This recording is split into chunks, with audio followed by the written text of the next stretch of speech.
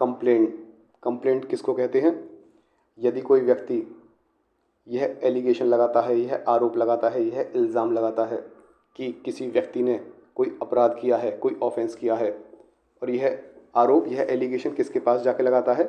Magistrate के पास जाके लगाता है, तो इसको कहते हैं कंप्लेंट।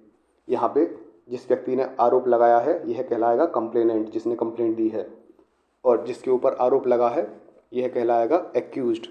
देखो यहाँ पे ये अपराध कर रहा है बंदूक लेके, तो ये रेड कलर वाला हो गया एक्यूज्ड। और जिसके पास जाके आरोप लगाया जाता है वह होते हैं मजिस्ट्रेट। यहाँ पे ब्लू कलर में ये लंबे बाल वाले ये हो गए आपके मजिस्ट्रेट। तो यदि कोई व्यक्ति यह एलिगेशन लगाता है कि किसी व्यक्ति ने कोई ऑफेंस किया है मजिस्ट्रेट के पास जाकर, तो इस चीज़ को कहते हैं कंप्लेंट। इस व्यक्ति ने कंप्लेंट दी है। अब कंप्लेंट मिलने के बाद मजिस्ट्रेट को क्या करना है? मजिस्ट्रेट करते हैं एग्जामिनेशन। एग्जामिनेशन में क्या होता है? मजिस्ट्रेट जिसने कंप्लेंट दी है, कंप्लेनेंट, उसका एग्जामिनेशन करते हैं, उससे सवाल जवाब करते हैं, और यदि कोई विटनेस मौजूद है उससे भी सवाल जवाब किया जाता है, उसका एग्जामिनेशन किया जाता है। तो इनका एग्जामिनेशन होता है, और इनके एग्जामिनेशन के बाद जो एक्यूज्ड है, जिसके ऊपर आरोप लगा है, उसको भी बोलने का मौका दिया जाता है कि भाई तुम्हारे खिलाफ ऐसे ऐसे कंप्लेंट आई है, आपको कुछ कहना है।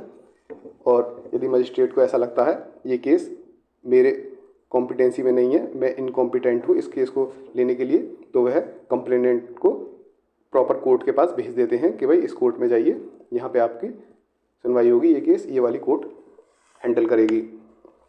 एग्जामिनेशन के बाद यदि मजिस्ट्रेट को लगते हैं सफिशिएंट ग्राउंड्स हैं, उचित कारण हैं आगे बढ़ने के, तो वह एक्यूज्ड को समन या वारंट भेज देता है। यहाँ से प्रोसीडिंग शुरू हो जाती है। समन वारंट भेजना कहलाता है प्रोसेस इशू करना। और यदि मजिस्ट्रेट को लगता है कि भाई उचित कारण नहीं है आगे बढ़ने के, सफिशिएंट ग्राउंड्स नहीं है आगे बढ़ने के, तो वह कंप्लेंट को डिसमिस कर देता है। और यदि लगे मजिस्ट्रेट को कि सफिशिएंट ग्राउंड्स पता लगाने के लिए अभी हमें और जांच करनी चाहिए, तो वह या तो खुद ही इंक्वायरी करता है मजिस्ट्रेट, या फिर किसी पुलिस ऑफिसर को इन्वेस्टिगेशन के लिए कहता है। और जब ये जांच हो जाती है फिर उसके बाद उसे लगते हैं कि सफिशिएंट ग्राउंड्स हैं, तो समन या वारंट भेज देता है, प्रोसेस इशू कर देता है। नहीं तो यदि सफिशिएंट ग्राउंड्स नहीं लगते तो वे कंप्लेंट को डिसमिस कर देता है। यह हो गया आपका कंप्लेंट की प्रोसीडिंग हो गई। अब हम इसकी थ्योरी देख लेते हैं। अब थ्योरी थोड़ा डिटेल में देख लेते हैं। कंप्लेंट का मीनिंग क्या होता है? Any allegation made orally or in writing to a magistrate with a view to his taking action under BNSS that some person whether known or unknown has committed an offence. कि कोई व्यक्ति यह allegation लगाता है, या तो orally भी लगा सकता है, रिटन भी लगा सकता है मजिस्ट्रेट के पास जाकर, कि किसी व्यक्ति ने, चाहे वो नोन हो चाहे अननोन हो, उसने कोई ऑफेंस कमिट किया है। कंप्लेंट में पुलिस रिपोर्ट नहीं आती। पुलिस रिपोर्ट केवल एक ही कंडीशन में आ सकती है, यदि पुलिस इंस्पेक्टर ने किसी कॉग्निजेबल ऑफेंस की जांच की है और एंड में वे नॉन कॉग्निजेबल निकला, उस कंडीशन में पुलिस रिपोर्ट कंप्लेंट कहलाती है, वरना नहीं कहलाती। ये थोड़ा डिटेल्ड है, अगर आपको अच्छे से ही इसका आंसर लिखना है कि डिटेल्ड क्वेश्चन ज़्यादा ही मांग लिया तब ये चीज़ लिखनी है, वरना सिंपल ये डेफिनेशन काफ़ी है। प्रोसीजर हमने देख लिया।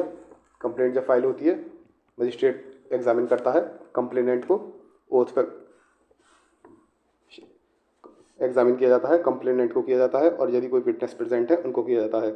और जो भी एग्जामिनेशन हुआ है उसको, उसका सब्सटेंस जो है, मूल मेन चीज़ उसका राइटिंग में लिख ली जाती है, रिटन में हो जाती है, और मजिस्ट्रेट, कंप्लेनेंट और विटनेस उस पर साइन कर देते हैं। जो भी एग्जामिनेशन किया है कंप्लेनेंट और विटनेस वगैरह का, वो सब लिख लिया जाएगा, और यहाँ पे मजिस्ट्रेट, कंप्लेनेंट और विटनेस इन सब के साइन हो जाएंगे।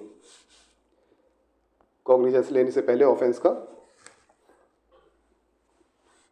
एक अपॉर्चुनिटी दी जाती है एक्यूज्ड को कि वे भी अपनी बात रख सकता है।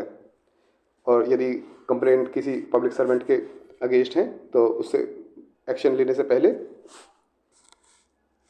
पब्लिक सर्वेंट को ही मौका दिया जाएगा अपना असर्शन रखने के लिए, और सुपीरियर ऑफिसर की रिपोर्ट ली जाएगी इंसिडेंट के बारे में। जो पब्लिक सर्वेंट है उसका सुपीरियर ऑफिसर रिपोर्ट देगा, तभी पब्लिक सर्वेंट के आगे बढ़ा जा सकता है उसकी अगेंस्ट कोई कंप्लेंट आई है तो।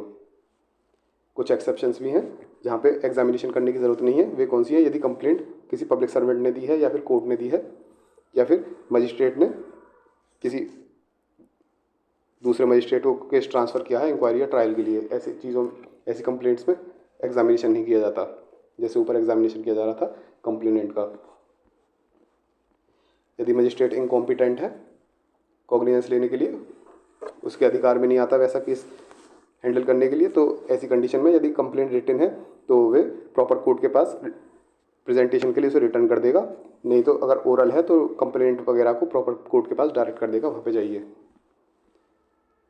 अब सफिशिएंट ग्राउंड्स देखता है एग्जामिनेशन के बाद एक मजिस्ट्रेट। इसमें हमने देखा यदि उसे लगता है कि प्रोसेस इशू करने से पहले, समन वारंट वगैरह भेजने से पहले और जांच करनी चाहिए सफिशिएंट ग्राउंड्स की, तो एक कंडीशन में तो ऑप्शनल है ये जांच करना, एक कंडीशन में मैंडेटरी है। ऑप्शनल तब है यदि उसे ठीक लगता है, तो मैंडेटरी कब है कि जांच करनी ज़रूरी है इंक्वायरी और इन्वेस्टिगेशन, वे तब है यदि एक्यूज जो है वह मजिस्ट्रेट की जुरिसडिक्शन से बाहर रहता हो। ये दो कंडीशन में। तो इसमें क्या होता है, या तो इंक्वायरी करेगा मजिस्ट्रेट खुद ही, नहीं तो किस इन्वेस्टिगेशन के लिए डायरेक्ट करेगा किसी पुलिस ऑफिसर को या कोई और व्यक्ति जिसको वो ठीक लगे। ये थोड़ा डिटेल्ड आंसर है, फिगर में हमने एक ओवरव्यू पूरा बता दिया था। इंक्वायरी में वह विटनेसेस वगैरह इन सबको क्वेश्चन करता है। मेन ये है इंक्वायरी और इन्वेस्टिगेशन इसलिए है कि अच्छे से जांच कर ली जाए कि सफिशिएंट ग्राउंड है या नहीं है आगे बढ़ने के लिए। हमने देख लिया एग्जामिनेशन के बाद यदि उसको लगे कि भाई सफिशिएंट ग्राउंड नहीं है तो कंप्लेंट डिसमिस कर दी जाएगी, अगर सफिशिएंट ग्राउंड है तो प्रोसेस इशू कर दिया जाएगा। प्रोसेस इशू करना मतलब समन या वारंट भेजना एक्यूज्ड के पास। ये रहा डिसमिसल ऑफ कंप्लेंट में सफिशिएंट ग्राउंड नहीं है, कोई प्राइमा फेसी केस नहीं बनता तो डिसमिस कर दी जा रही है। इसी प्रोसेस में क्या सफिशिएंट ग्राउंड्स हैं तो या तो समन भेज दिया जाता है या फिर वारंट भेज दिया जाता है। और कोई भी समन या वारंट भेजने से पहले प्रोसिक्यूशन विटनेसेस की लिस्ट फाइल होनी चाहिए और सारी फीस वगैरह जो है वो पे होनी चाहिए। केस लॉ वगैरह लिखना हो तो Jacob Herald Arana versus vera Arana, इसमें कोर्ट ने कहा था कि समन इशू करने से पहले मजिस्ट्रेट को बहुत ही अच्छे से जांच कर लेनी चाहिए सभी एलिगेशंस एविडेंस वगैरह की, ये देखने के लिए कोई प्राइमा फेसी केस बनता भी है या नहीं बनता। ये हो गया आपका कंप्लेंट। नोट्स की PDF चाहिए रिवीजन के लिए तो आप वेबसाइट www.dcllb.com से ले सकते हैं।